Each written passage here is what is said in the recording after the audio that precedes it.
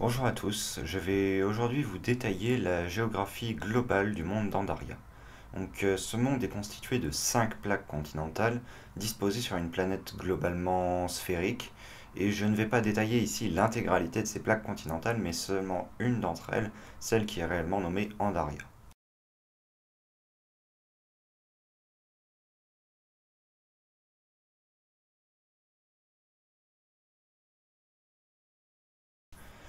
Afin de mieux pouvoir mesurer et estimer la taille de ces continents, on va utiliser l'échelle qui a été définie par les Schlagi il y a fort longtemps. Les distances sont exprimées en yel, et sachant qu'un yel équivaut environ à 3000 grands pas d'une personne normale. Donc la partie du monde, nommée Andaria, est composée de deux majeurs continents. Un premier continent, extrêmement grand, nommé Aexnos, et un continent plus petit, nommé Seiral. Sous ce continent nommé Seiral se trouve une île. Cette île est nommée Phaelos, et elle est plus ou moins inhabitée.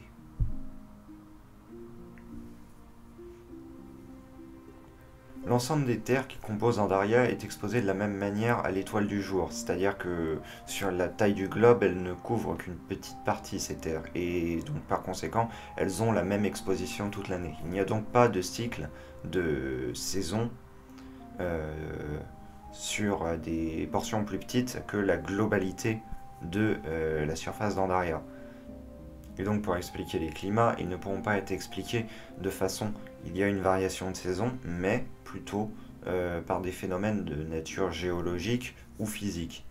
Par exemple, si une région comporte un désert, ce ne sera pas tant dû au fait que cette zone-là est extrêmement chauffée, c'est juste que l'ensemble des continents est exposé à une température moyenne, que donc cela forme une zone relativement tempérée, mais la structure du sol va faire que l'eau va s'infiltrer beaucoup plus vite et que le vent va repousser les nuages de cette zone et donc il ne va pas y pleuvoir. Aussi, les zones marécageuses, par exemple, elles seront dues à des vents violents qui vont amener les nuages au-dessus de ces zones et qui vont donc libérer leur eau au-dessus de ces zones. Je vais maintenant détailler un peu plus la géographie des deux continents en notamment expliquant où les différents peuples d'Andaria se sont installés. Au sujet du continent Aexnos, qui est donc ici, sur cette carte relativement globale, on trouve au nord la cité de Tarak. C'est la capitale des Exodars, et elle a été bâtie derrière une série de montagnes nommées les monts Brumeux. Si l'on descend un peu une chaîne des monts Brumeux qui descend un peu vers le sud, on trouvera vers l'est la cité Eiwi Deona, perdue au milieu d'une forêt, la forêt d'Avenal. Si l'on suit toujours les monts Brumeux, que l'on descend jusqu'à la rivière nommée la rivière des larmes de sang, l'on trouve en dessous la cité humaine de Kétera. L'on trouve ensuite, si l'on descend encore au sud, des marécages, et l'on arrive à la cité d'Azankar, ainsi qu'à une étendue de marécages qui se poursuit quasiment jusqu'au sud dans cette zone.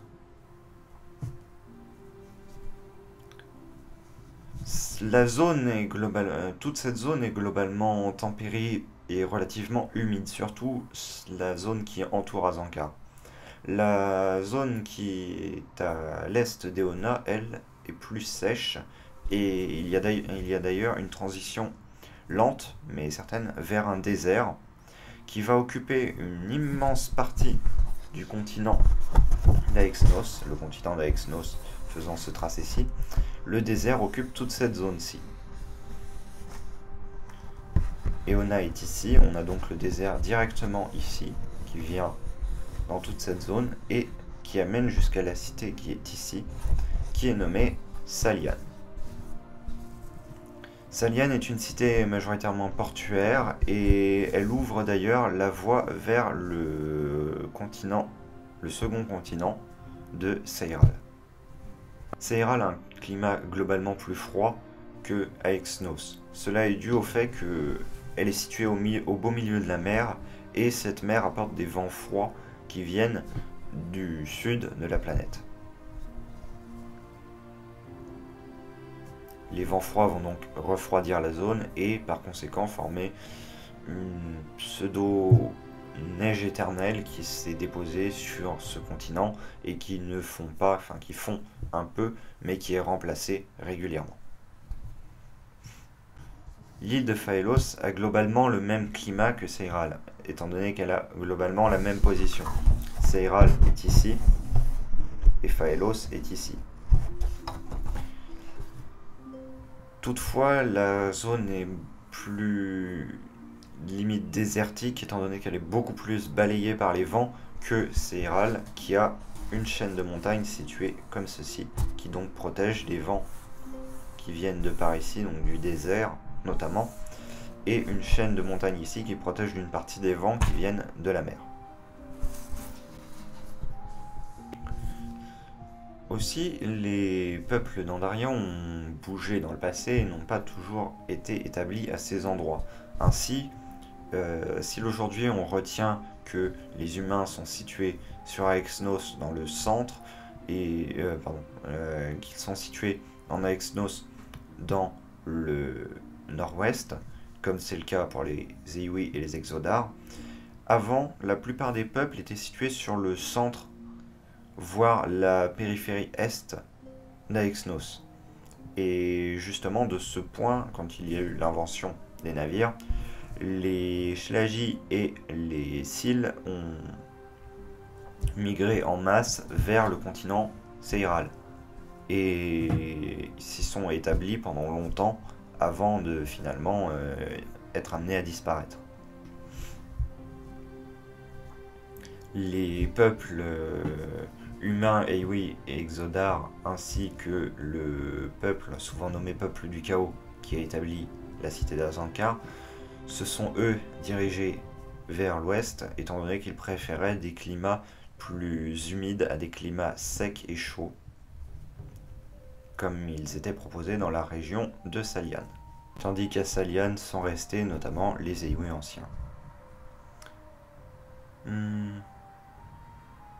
De nombreuses petites cités ont été établies, notamment le long des côtes, et pour certaines valent la peine d'être mentionnées. Toutefois, des cités d'importance, de relative importance, se sont développées notamment sur l'île de Phaelos et ont été abandonnées de par la nature hostile du continent sur lequel ils s'étaient établis. C'est le cas donc justement de la cité de Teronas, laquelle de nombreux colons étaient venus s'installer et que de nombreux colons avaient fondé et qui a été abandonnée pour cause que l'île est plus ou moins un désert de glace à certaines périodes de l'année. Faire pousser donc des légumes par exemple ou élever des bêtes pour survivre n'était pas vraiment possible et donc il a fallu quitter cette île, sinon c'était la mort qui pouvait menacer les colons qui étaient venus s'y installer. Si l'on retourne maintenant un peu plus vers l'ouest de cette île, l'on revient sur le continent ici d'Aexnos et une grande partie ici est constituée de prairies, des prairies relativement similaires à celles qui entourent Ketera par exemple, et peu de personnes s'y sont établies même si des Sil y ont vécu par le passé. Plusieurs endroits peuvent être intéressants à noter sur cette carte et à se souvenir de leur localisation afin de mieux situer les événements qui pourront être racontés par la suite. Ici, entre les deux chaînes de montagnes dans cette faille